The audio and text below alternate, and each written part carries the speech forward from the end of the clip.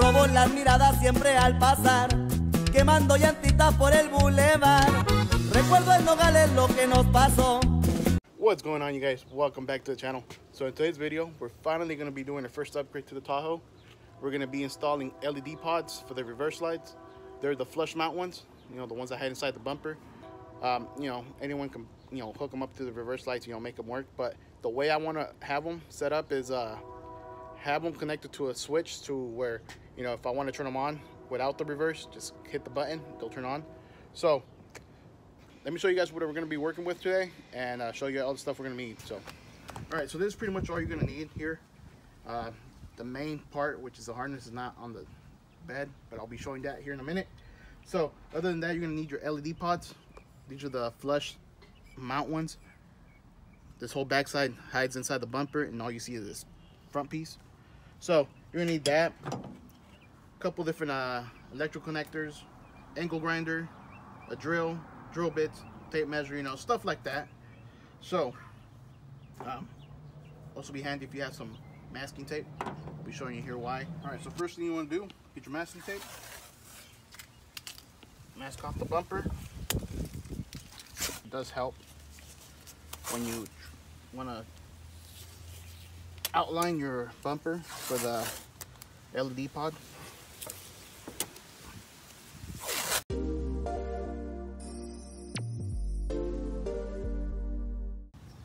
All right, so once you got your masking tape on there, that's the reason why you want the masking tape. It's a lot more easier to write on the masking tape than the bumper, especially if you don't have a Sharpie, which I couldn't find one. So easiest thing was to put the masking tape and then just mark it, which, you know, it helps out a lot more. You can see the lines.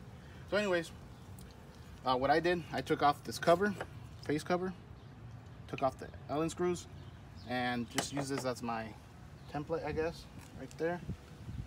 So you're probably wondering how I got those measurements. So what I did was mark this line right in the center, which is that hole right there for the Allen screw. So I measured it both ways, and, you know, that's dead on even right there. So then I found the center of the bumper, which the bumper from here to here measures 4 inches. So I just marked it at 2. So with those lines being there, I just matched them up on both sides and then just traced it out. So as for the sides, you know, to measure, you know, how far to go in with the light or how far to go back out, I mean, it's going to vary, I guess, to different people. So with that being said, you also want to make sure before you start cutting up, you can clear the back of the bumper, because there's a bracket here, another bracket over here. So remember, this light is going to be flush, so you want nothing in the way of this. So you got to make sure you can clear, you know, the bracket on this side and the bracket on that side. So before you start cutting away, like I said, just always make sure you have the room for the light.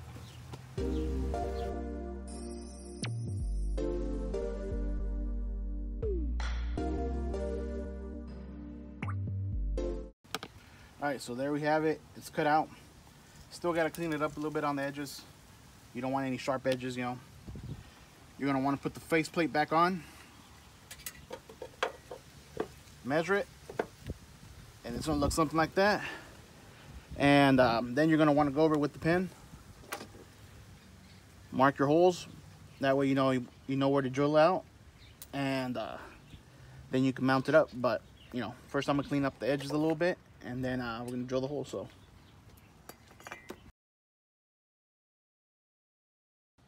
alright, so that's what it looks like once you got the lights mounted up and bolted down into place. So for my bumper, since it's chrome, after I got done cutting and drilling, I went ahead and sprayed it with clear coat on the holes and where I cut out for the light. You guys might want to do the same. That way it don't rust up over time. And if your bumper's painted, you might want to try to color match that. So. Alright guys, so I was thinking it over and I was trying to figure out what would be the easiest way to explain to you guys this whole wiring diagram. And I figured when I show you in a smaller area, instead of, you know, showing you on the truck, I guess. So this Milwaukee battery, we're going to pretend it's our car battery. You can see there it has negative, positive. Let's just pretend it's our car battery. So over there we got our LED pods, but those aren't the ones we're going to be using on the Tahoe. Those are just ones I have laying around. So anyways, the wiring diagram for this relay is pretty simple. Underneath the relay, you got a whole bunch of numbers. Each pin is labeled with a number. You're going to look for pin 86. This is going to be the coil trigger switch. So pretty much this one's going to go to your 4-pin rocker switch. I'll be showing you the rocker switch here in a minute. So pin 86 is going to be your coil trigger switch. Pin 30 is going to be your power coming from the battery. What's going to power that relay. So we're going to come over here and we're going to hook it up to our battery, positive. There we go. So then pin 85 on the relay is going to be our ground. You can either hook it up to your battery on the negative side, or you can find another ground underneath the engine bay and just hook it up there. It's really up to you guys where you're going to mount it. So the closest ground, whatever. So that would be pin 85. That would be your ground, like I said. Then pin 87, which is this one right here. This is going to be the positive coming from your new LED lights. So in this case, we got the LED pods there. And there's the red wire feeding off that.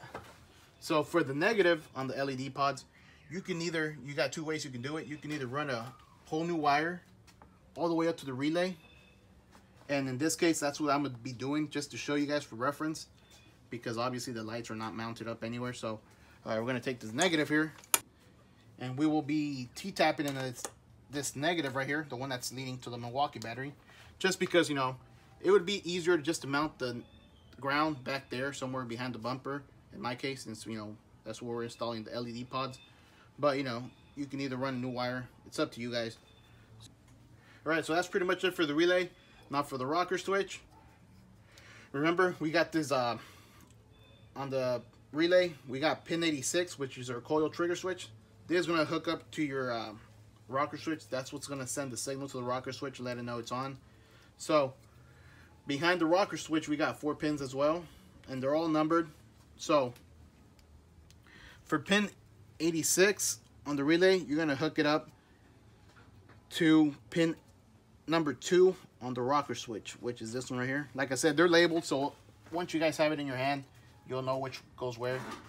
So pin 86 from the relay goes to pin number 2 on the rocker switch. Then you're going to want to get power supply to the rocker switch itself.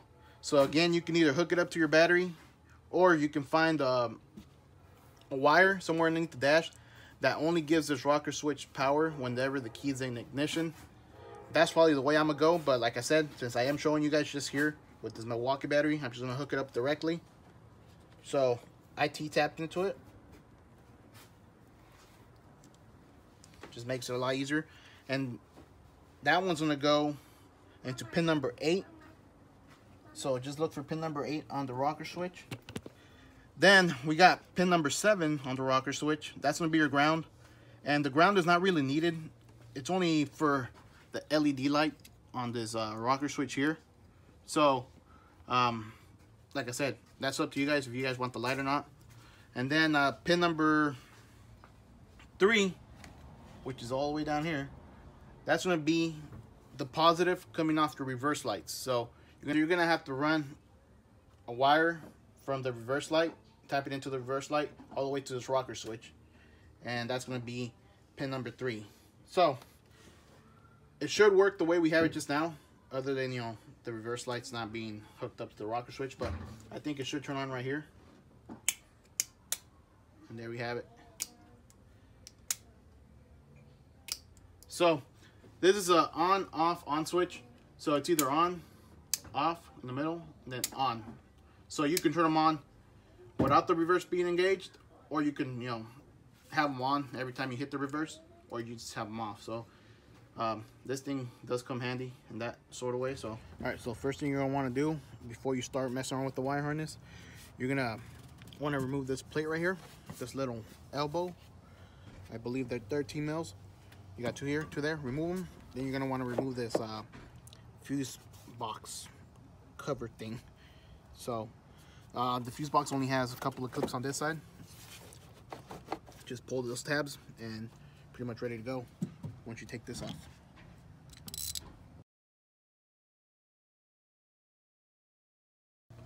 All right, so the reason you want to take off your cover is because I hooked up the power supply for the relay.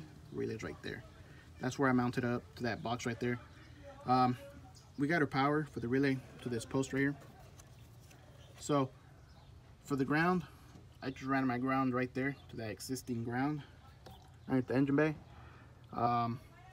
Like I said, you can either run it to the battery, but I don't like to have everything hooked up to the battery directly. So that's just the way I did it. So from there, we run our harness all the way down through the frame, out back. Here we got the wires. I'm gonna be running my switch to this little plate here. It's not there right now, but pretty much gonna be running it there. I got the reverse cable, the reverse light cable, the one that we're gonna tap into the reverse lights. I got our ground. I got our power source. And this one is the signal wire coming from the relay. So we got 4 wires there. All right, so I ended up grabbing the ground for the switch right here. That ground was already there, so you know, it just seemed a lot easier to grab it from there. And then our power source, I went ahead and T-tapped, or I'm gonna go ahead T-tap into the ignition fuse. That one right there. So you're gonna T-tap into that one. Again, you don't have to do it this way. This is just the way I'm gonna do it, just because, you know, it seems a lot easier for me, but you know, every setup's gonna be different. So now let me show you the reverse light where we're gonna T-tap into it. Okay, so for this 04 Tahoe, obviously the white lens is gonna be the reverse light. You come back here once you remove your housing, and as you guys know, light is always gonna be your ground for the most part. So that leaves us with the green one. That's where you're gonna tap into. And remember, this wire that you tap into the positive on the reverse light, it's gonna go to your rocker switch. Black wire is gonna be the ground, goes to pin number 7, just like that. Then this is gonna be the power source for the rocker switch. So this one's gonna go to pin number 8. Then this white one, this is gonna be the wire coming from pin 86 on the relay. That's going to go to pin number 2. And then this is the one coming from the positive from the reverse lights.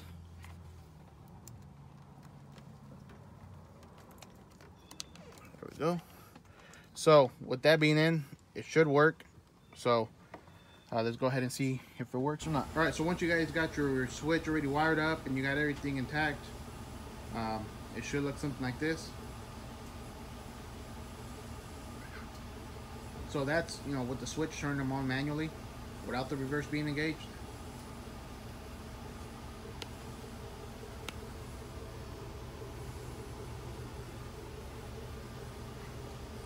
So they're pretty bright.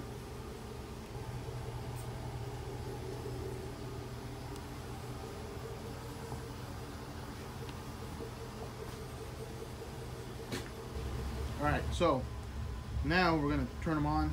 Well, not turn them on, but now we're going to test them with the reverse lights engaged. You can see there, they turn on with the reverse. So you can see how easy it is. Just turn them off with the click of a button. And those are just the reverse now. Stock ones. And you can turn them on again.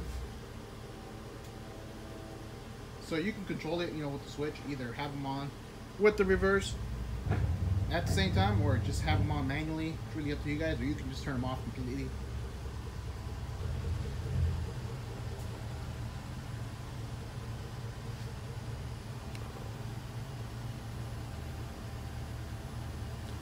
Hopefully you guys enjoyed that video, guys. I tried my best, you know, to make it short and simple for you guys. Although the video was all over the place, I do apologize for that. It wasn't my intention. It's just some parts I recorded it, you know, today, let's say, and then 3-4 days later, I recorded another section of it. So, and that's just because I've been really busy with work. But anyways, hopefully you guys enjoyed it. And you guys can see the Tahoe's parked again, doing some things to it. I'm not going to show you what I'm doing yet, but we are doing some major things to the Tahoe, something that's going to make it look a lot better. So if you guys want to stick around, find out what's next, make sure you subscribe if you aren't already. And also picked up some other things along the way. Haven't showed you them yet because it's just been really busy, like I said. Don't have enough time in the day. Pinche mosca. But give you a little sneak peek. So I'll be talking more about it in my next video, though. So, yeah. Don't forget to comment, like, share, subscribe. Catch you guys in the next one.